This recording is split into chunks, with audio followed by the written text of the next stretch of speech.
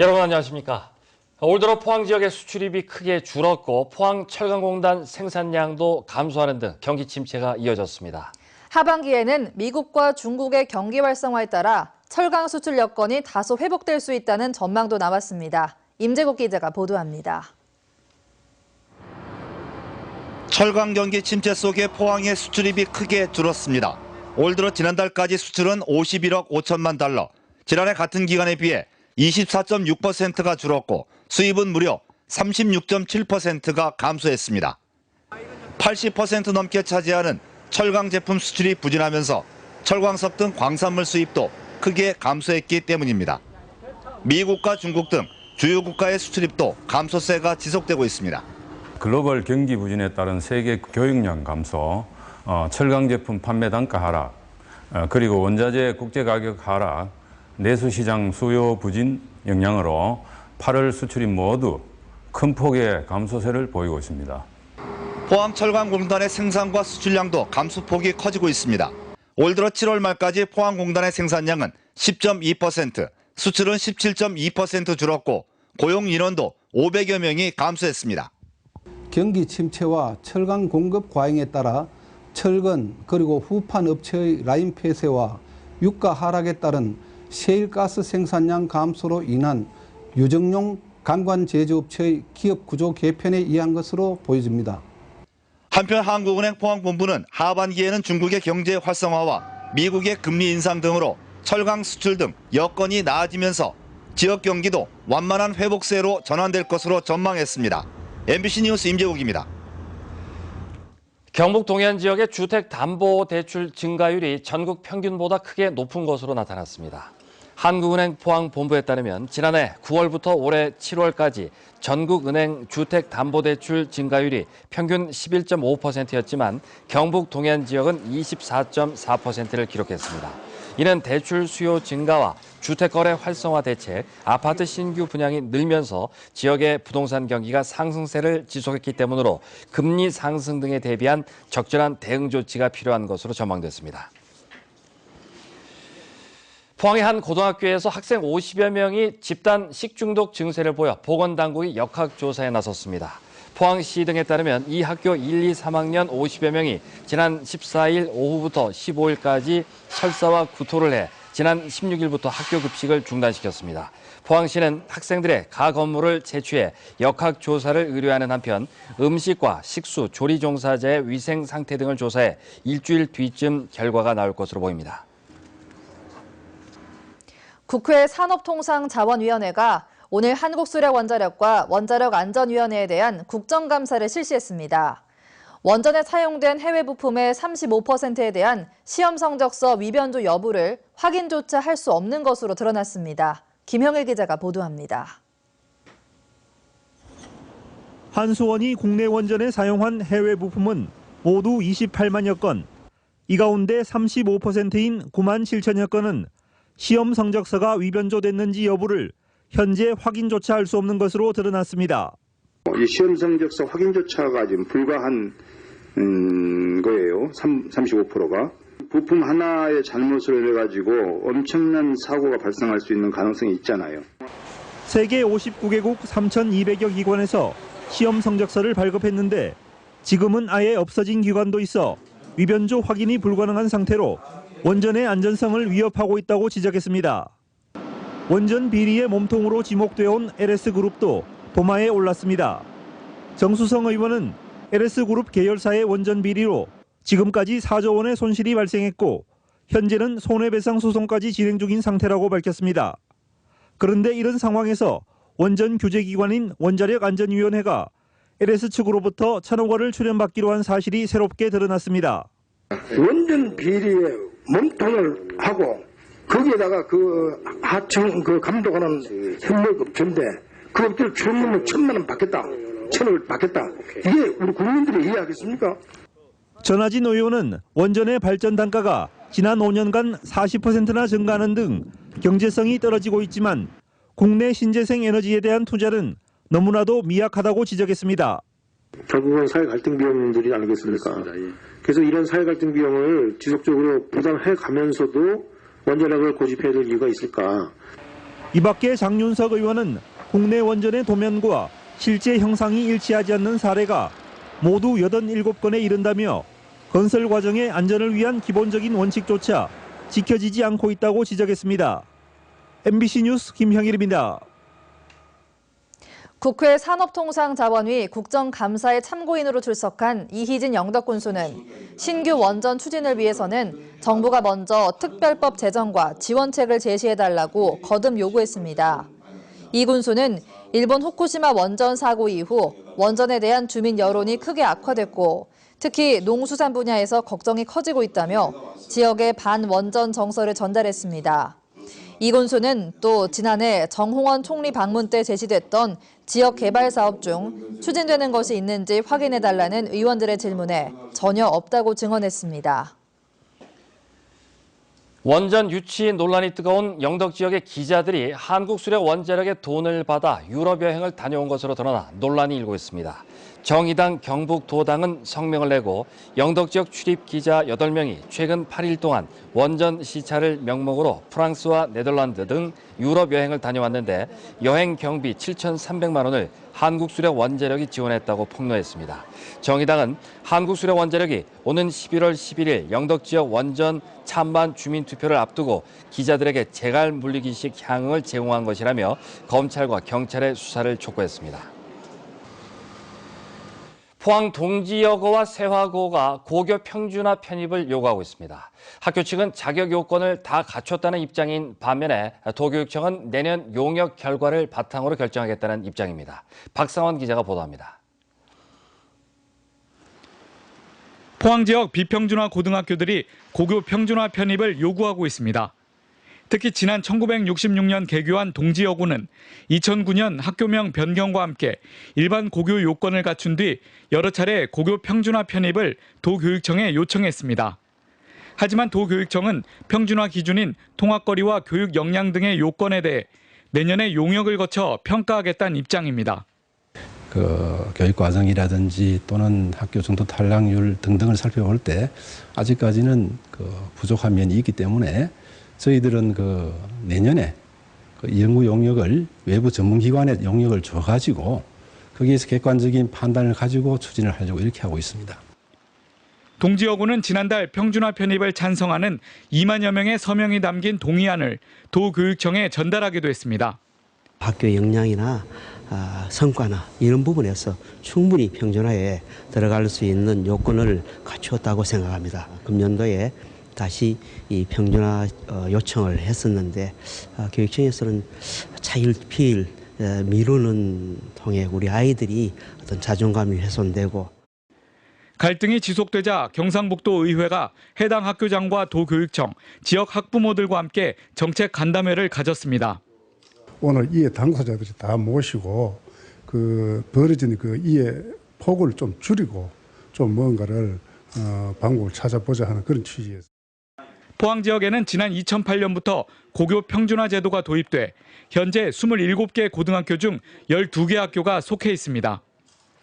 반면 비평준화 학교들은 입학 지원 학생이 계속 줄고 있어 평준화 편입을 요구하고 있지만 일부 학부모와 학생들은 편입에 반대하고 있어 이를 둘러싼 갈등은 계속될 것으로 보입니다. MBC 뉴스 박상환입니다.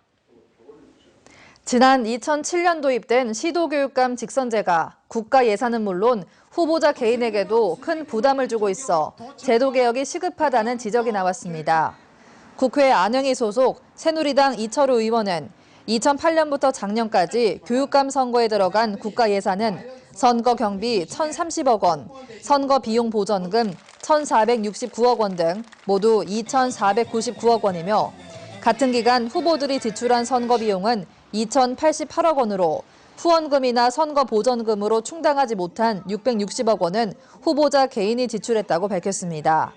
이 의원은 직선제에 따른 고비용 저효율, 또 교육의 정치화 등의 문제 해결을 위해서도 선거제도 개혁이 시급하다고 지적했습니다. 한우 개량 사업을 수행하는 경북축산기술연구소가 느닷없이 발견된 구제역 유사 증상 때문에 몸살을 앓고 있습니다. NSP, 즉 체내 형성 항체가 발견됐기 때문인데 방역당국이 원인 규명에 나섰지만 원인은 아직 오리무중입니다. 정윤호 기자입니다. 경상북도 축산기술연구소에서 발견된 NSP는 비구조 단백질로 체내에서 형성된 항체입니다. 구제역 백신을 접종했을 때 형성되는 항체와는 다른 형태의 항체입니다. 대개 야외 바이러스에 감염된 이후 체내에 형성되는 것으로 알려져 이 항체가 발견되면 구제역을 의심하기도 합니다. 그런데 지난 석 달 동안 이 연구소에 있는 한우 123마리에서 이 NSP가 발견됐습니다. 방역당국이 난리가 났습니다. NSP가 나온다 해도 구제역을 확진하려면 구제역 바이러스 항원이 나와야 하는데 석 달 동안 조사해도 항원은 나오지 않았습니다. 도축산기술연구소와 방역당국은 목구멍에 가래와 침을 채취해 조사하는 프로방 조사까지 진행했지만 역시 항원은 나오지 않았습니다.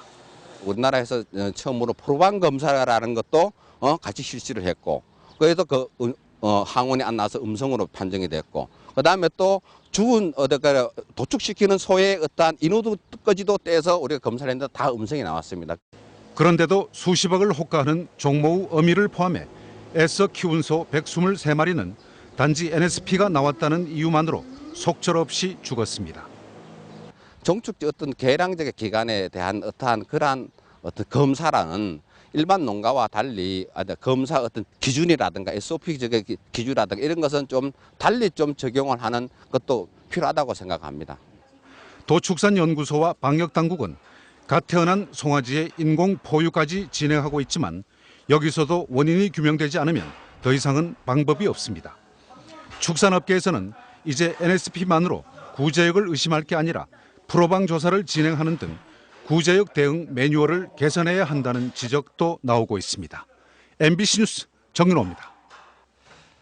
포스코 캠텍 노사가 19년 연속 임금 동결과 정년 연장, 임금 피크제 확대 도입에 일괄 합의했습니다. 이에 따라 올해 임금을 동결하고 현행 58살인 정년을 60살로 늘리기로 했습니다. 또 만 58살 정년 기준의 임금 피크제를 60살까지 확대 적용해 내년부터 시행하기로 했습니다.